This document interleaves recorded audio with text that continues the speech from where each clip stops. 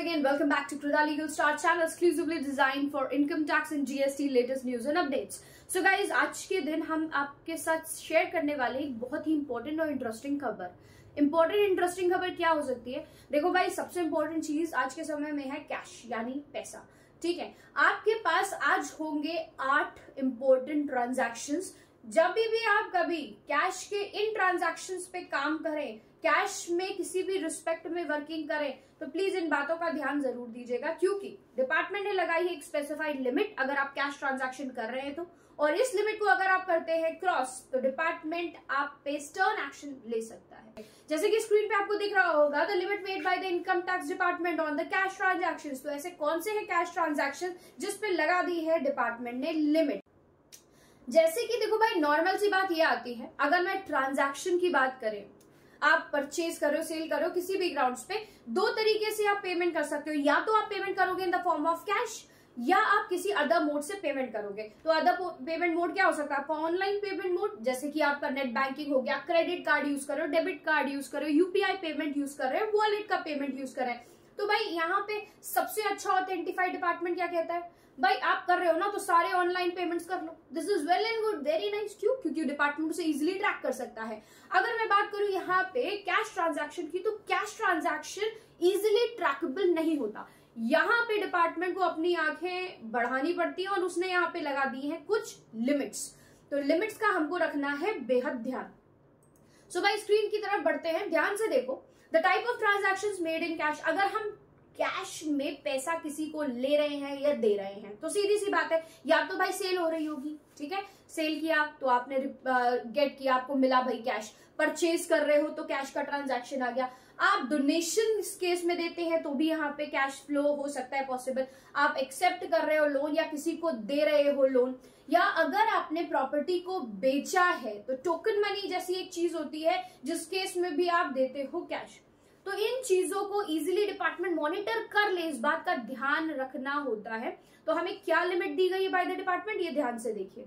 So number 1, अगर मैं बात करूं सेल रिसिट के केस में, अगर आपको सेल रिसिट मिल रहा है तो कैश के लिए एक लिमिट दे दी गई है कि आप 2 लाख से ज्यादा का अमाउंट एक्सेप्ट नहीं कर सकते। In case of A cash receipt आप 2 लाख से अमाउंट ऊपर का कभी भी एक्सेप्ट नहीं कर पाएंगे, और अगर आप करते हो तो ये वॉयलेशन होगा आपके इस नॉर्म का जो कि डिपार्टमेंट दे रहा है। अच्छा, यहाँ पे कुछ एग्जेम्पशंस भी है, जैसे कि भाई आपका हो गया गवर्नमेंट अंडरटेकिंग्स, गवर्नमेंट अगर ऐसा कर रही है, बैंकिंग इंस्टीट्यूशंस कर रहे हैं, ठीक है, कोऑपरेटिव बैंक्स अगर इन चीजों को करें तो दे आर एलिजिबल, क्योंकि इनके पास मल्टीपल बड़े बड़े ट्रांजैक्शंस होते हैं। But in a general ground ऐसा नॉर्मल केसेस में नहीं होना चाहिए।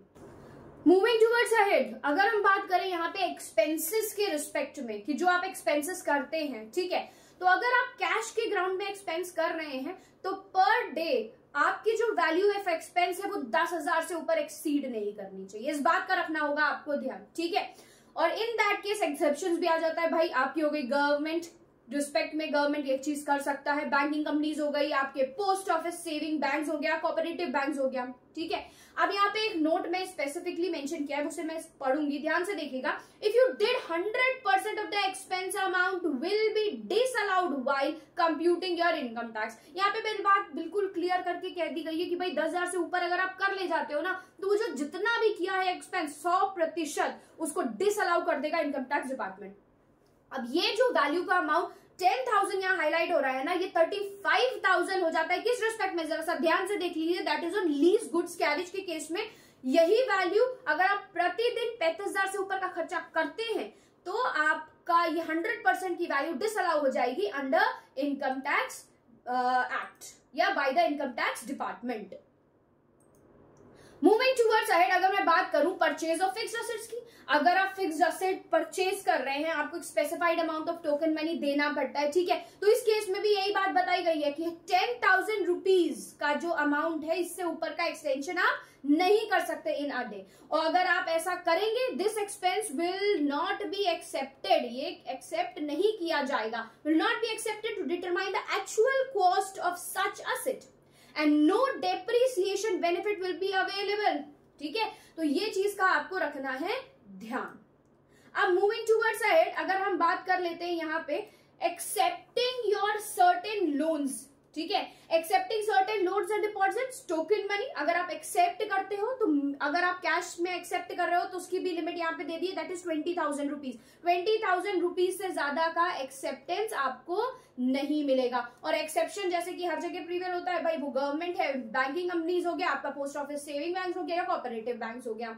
तो ये जो कैश ट्रांजैक्शंस हो रहे हैं ना भाई, तो इन पे रखना पड़ेगा आपको ध्यान इस बार फाइनेंशियल ईयर 24-25 के रिस्पेक्ट में। अब सेम ऐसी चीज आ जाती है कि भाई आपका रीपेमेंट ऑफ सर्टेन लोन्स हो गया, आपको रीपे करना है, तो इसकी भी लिमिट आपकी क्या है, 20,000 ही होगी, ठीक है। और यहाँ पे इंपॉर्टेंट एक चीज जो आपको ध्यान रखनी है, दैट इज कि ये 20,000 इन अ डे आप एक्सेप्ट नहीं कर सकते। यहाँ पे लिखा है विद द रिस्पेक्ट टू 19-20 के रिस्पेक्ट में, अब भाई यहाँ पे जो टीडीएस कट रहा था that is 20% will be deducted on the cash withdrawal of 1 crore रुपए। अगर आपने कैश का विड्रॉल किया 1 करोड़ से ऊपर का, तो टीडीएस उस पर 20% कटेगा, ठीक है। मूविंग टुवर्ड्स अहेड कि भाई देख सकते हैं कि अगर आपने कैश का डोनेशन करा, कैश में अगर आप डोनेट कर रहे हो, डोनेशंस दे रहे हो, तो इसका जो अमाउंट लिमिट फिक्स करी गई है दैट इज ऑल्सो 2,000 रुपीज। इससे ऊपर का आप नहीं एक्सेप्ट कर सकते, you are not allowed as per the deductions under section 80G। Moving towards ahead, अगर आप प्रीमियम भर रहे हो, हेल्थ इंश्योरेंस आपने ले रखा है अपने हेल्थ बेनिफिट्स के लिए, तो प्रीमियम अगर आप भर रहे हैं तो ये प्रीमियम का भी जो वैल्यू है हेल्थ इंश्योरेंस का, ये 2,000 रुपीज से ऊपर का नहीं होना चाहिए। या एक तरीके से जो आपका प्रीमियम का अमाउंट है वो आपका एक स्पेसिफाइड लिमिट से ऊपर कैश में नहीं जाना चाहिए। आप ऑनलाइन मोड से पे करिए ना, that is allowed and acceptable, and this is not allowed as per deduction under 80D of the income tax. Important ground पे हमारी ऑफिशियल वेबसाइट www.kridalegalstore.com पे विजिट करिए। हमारे सारे पेड कोर्सेज वहां पे अवेलेबल हैं। आपके जीएसटी हो, इनकम टैक्स हो, टीडीएस या टीसीएस, किसी भी प्रैक्टिकल कोर्स के लिए आप डायरेक्टली वहां से एनरोल कर सकते हैं, या आप 7393977569 के इस ऑफिशियल नंबर का यूज भी कर सकते हैं। कोई भी प्रॉब्लम होती है, कंसल्टेशन चाहिए, तो आप इसी नंबर का यूज करके हमारी टीम के साथ डायरेक्टली कोऑर्डिनेट कर सकते हैं। आज के लिए बस इतना ही। Thank you so much for joining this session.